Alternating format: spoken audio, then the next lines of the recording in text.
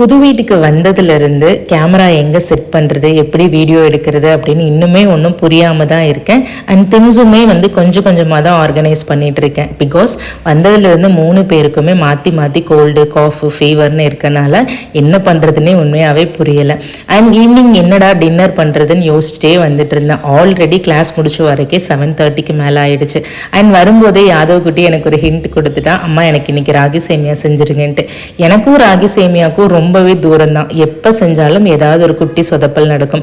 இன்னைக்கு கொஞ்சம் அதிகமாகவே வேக வச்சுட்டேங்க. பட் தம்பிக்கு இனிப்பு தான் அப்படிங்கிறனால அவன் மேனேஜ் பண்ணிக்குவான். அண்ட் காரம் போட்டு தாளிக்கிறனால எங்களுக்குமே பெருசாக தெரியலை. எல்லார் வீட்லேயுமே இட்லி தோசை மாவு அப்படிங்கிறது ஒரு பெர்மனண்ட்டான விஷயமா இருக்கும் இல்லையா? பட் எங்கள் வீட்டை பொறுத்த வரைக்கும் ஒரு 1.5 மாதத்துக்கு ஒரு தடவை தான் நான் மாவே அரைப்பேன். காஸ் 2 பேருக்குமே 2 தடவைக்கு மேலே இட்லியோ தோசையோ செஞ்சு கொடுத்தேன் அப்படின்னா இதுக்கு உப்புமாவே செஞ்சு கொடுத்துருங்களேன் அப்படிங்கிற மாதிரி சொல்லுவாங்க. உங்கள் வீட்டில் எப்படி அப்படிங்கிறது கீழே மறக்காம கமெண்ட்